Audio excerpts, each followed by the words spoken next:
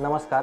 या एपिसोडमध्ये 4 C's मधल्या कलर या आस्पेक्ट विषयी जाणून घेऊया. युजुअली आपण जे डायमंड्स बघतो ते व्हाईट कलरचे असतात आणि त्याच्यामुळे डायमंड हा व्हाईटच असतो अशी सगळ्यांची जवळपास समजूत असते. पण डायमंड्स हे अनेक कलर्स मध्ये अवेलेबल आहेत, जसं pink, red, blue, yellow and brown. तर डायमंडचा कलर हा आस्पेक्ट त्याची व्हॅल्यू ठरवण्यामध्ये खूप महत्त्वाचा रोल प्ले करतो. युजुअली आपण जे व्हाईट डायमंड्स बघतो ते व्हाईट मध्ये पण ग्रेडिंग त्याचं केलं जातं. हा चार्ट मी तुमच्या समोर ठेवतोय.